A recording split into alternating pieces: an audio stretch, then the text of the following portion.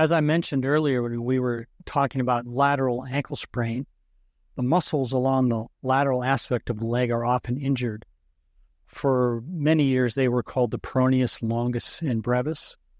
They're currently now called the Fibularis, longus, and brevis. So the names are used interchangeably, but accurately it would be the Fibularis muscle group. They are often injured secondary to ankle sprain, but they can also have a strain of their own, not related to ankle sprain. So the fibularis root come down along the lateral aspect of the ankle. They have sheathed tendons that cross behind the malleolus. Fibularis brevis attaches to the fifth metatarsal, and the fibularis longus attaches around onto the bottom of the foot, onto the first metatarsal. In observing for fibularis injury, we are looking for swelling or redness. In chronic cases, there may not be any swelling. There's probably won't be any redness, but you may notice that the tendon is not still crossing behind the malleolus, but may have subluxed so that the tendon comes up across the actual head of the fibula on its own, or the malleolus on its own.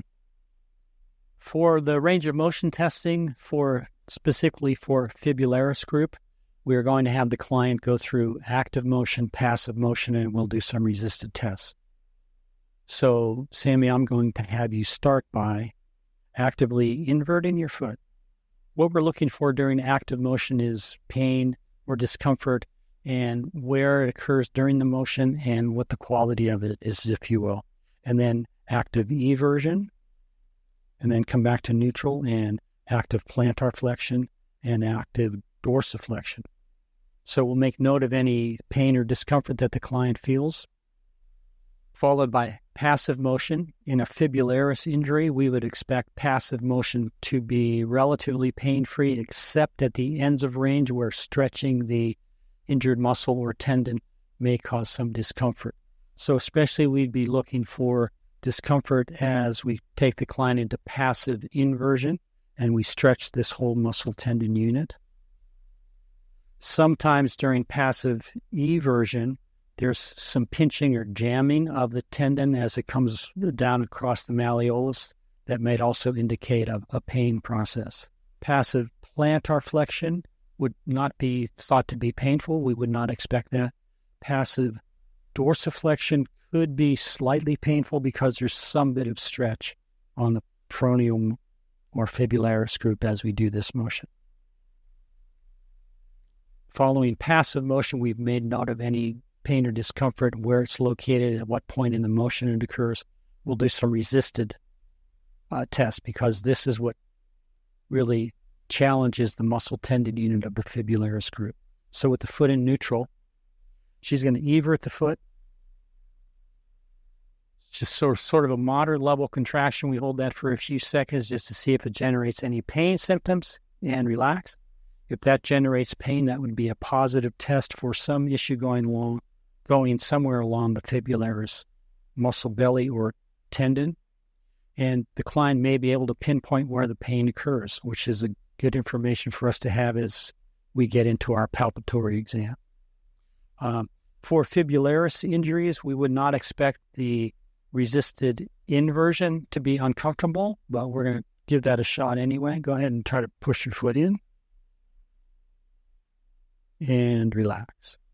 So if that was painful, we'd have to figure out where the pain is located and if there's some other accompanying injury that's creating that painful sensation, because resisted inversion of the foot should not engage the fibularis group at all. The palpatory exam now would be limited, hopefully, by the findings of our previous range of motion tests, active, passive, and resisted, and the client's information about where they feel the pain and at what point in the range of motion they feel the pain. So we would just basically palpate for the areas where pain was identified by the client, whether it's in the muscle belly. More often it's going to be in the tendon unit, and because the fibularis tendons are sheathed tendons, we would do the palpatory exam with them on a little bit of a stretch. so that we can create a firm surface to rub that sheath against the tendon with. I'm going to turn for the camera, so I'll use my opposite hand, but typically I'd be treating this side. So we're going to start just proximal to the lateral malleolus and just do some light transverse friction palpation to feel the tendons and for the client to report any pain or discomfort, especially that kind of pain or discomfort they're complaining of when they come to see us, all the way down to the 5th metatarsal here. So palpation along and behind. And this palpatory exam will inform our decision about whether to do deep transverse friction treatment for this condition or not. For doing deep transverse friction treatment for Fibularis group, again, we'll use the information that we have about where the pain is that the client's experiencing and focus our attention on that. We're looking for the most painful spots along the muscle belly or the tendon in order to do the friction work. So again, because this is a sheath tendon, we're going to have the muscle tendon on a little bit of a stretch, and the deep transverse friction work is done with flat fingers. You could use a braced finger like so, or double fingers, and it's a slow friction work back and forth across the tendon. The first application of deep transverse friction is about a minute, and we're trying to keep the discomfort level on about a 7 on a scale of 1 to 10. Typically, after a minute, the pain has diminished a bit.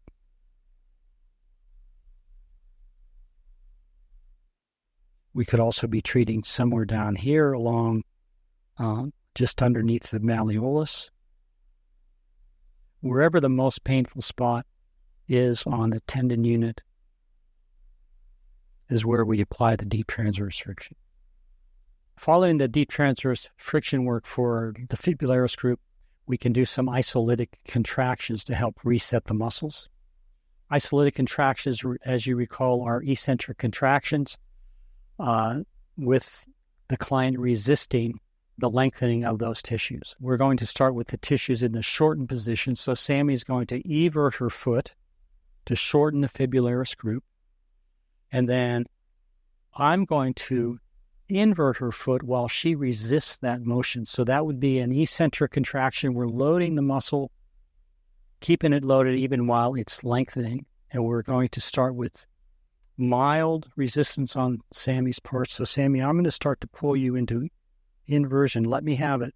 Let me win, but make me work a little bit. Not quite so hard. A little easier. A little easier. Let it go. There you go. Like that. Okay. So we want her to completely resist all the way through this range of motion. If that's not uncomfortable, then we'll go back to eversion. And then with the second round, you're going to do a little bit more resistance, Sammy. Not quite so much, though. Hold it just like that. We want that to be a nice, smooth motion. If she has any kind of chattering or stop and start, we're going to add a couple more at that level of resistance. So once again, Sammy here.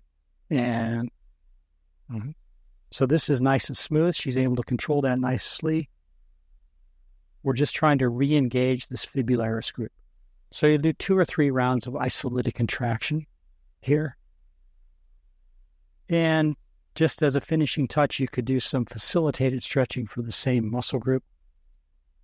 You don't have to do all of these at the same time, but you can mix and match them as you see fit.